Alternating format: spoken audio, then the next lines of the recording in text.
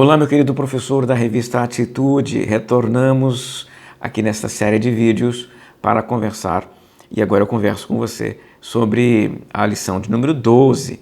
E a lição 12 trata da carta aos Colossenses, especialmente os capítulos 1 e 2. A carta aos Colossenses desenvolve uma temática que os estudiosos chamam de cosmologia, ou seja, Paulo, na carta aos Colossenses, reflete sobre o mundo, sobre o cosmos, mas não uma reflexão do ponto de vista da filosofia, como os filósofos gregos poderiam exercitar. Nada disso. O Paulo faz uma reflexão sobre o cosmos à luz de Jesus Cristo.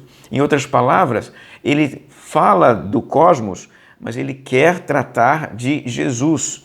Sendo assim, você pode encontrar em alguns manuais, em alguns livros de introdução, a expressão cosmologia cristológica ou cristologia cósmica, porque a figura de Jesus aqui nesta carta tem um papel sobre o cosmos. Se você ler especialmente o capítulo 1, a partir dos versículos 15, 16, daí para frente, você vai perceber que aqui Jesus Cristo é aquele que domina sobre todo o universo, aquele que é o criador, o sustentador, o agente que dirige o universo como um todo.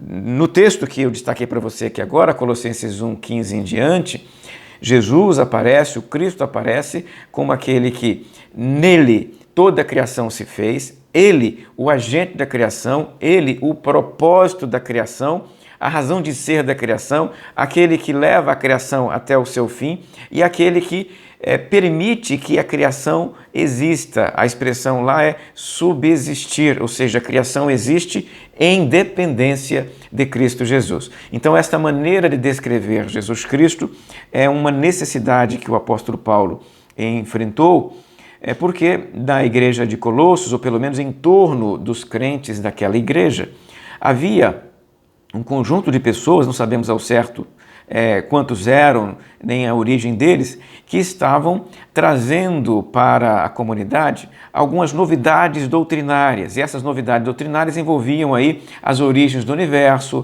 os seres celestiais. E neste contato, possivelmente, um ou outro membro se deixou influenciar por aqueles doutrinadores. Surgiu aquilo que os estudiosos também chamam de a heresia colossense, ou seja, uma doutrina formulada por um grupo de pessoas a partir de sincretismo religioso para falar sobre o universo e sobre os seres celestiais. Os seres celestiais, nesse caso, são exaltados nesta doutrina herética destes doutrinadores. Então, Paulo trabalha na sua carta a perspectiva cosmológica para corrigir a visão dos crentes a respeito do cosmos e de Cristo, entendendo que Cristo é o cabeça de todas as coisas, inclusive dos seres celestiais. E é isso que ele faz aqui no capítulo 1 do Evangelho em especial. A partir daí nós podemos encontrar outros aspectos mais práticos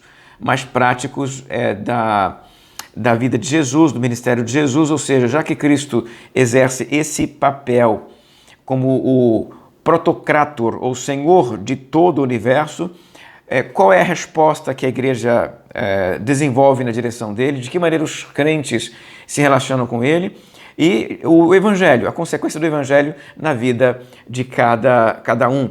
É possível, por exemplo, encontrar aqui que o Evangelho produz na vida dos crentes vivificação, ou seja, o crente estava mortificado pelos pecados e é vivificado pela ação do Evangelho, pela obra de Cristo Jesus.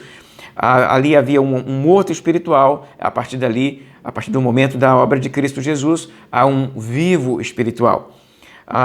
O Evangelho produz perdão, o Evangelho produz abolição, ou seja, a expressão aqui é cancelou a escritura de dívida. Nós devíamos e agora não devemos mais, porque Cristo pagou pelos nossos pecados.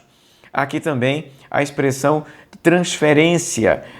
Jesus removeu a nossa dívida e a pregou na cruz. Uma expressão que Paulo usa aqui por meio de uma analogia curiosa, né? A confissão de dívida dos nossos pecados foi retirada de nós e pregada na cruz do Calvário. E, por fim, Cristo por meio da sua obra, desapropriou os poderes celestiais do poder que eles tinham sobre nós, os seres humanos. E a partir de então, livres desta opressão, destes senhores perversos, nós podemos viver a vida cristã. Você pode desenvolver este e outros assuntos com seus alunos nesta aula e certamente será uma aula de grande poder e de grande impacto na vida deles e na sua própria vida. Vou fechar aqui nossa conversa, me encontro com você no próximo vídeo. Até lá, se Deus quiser.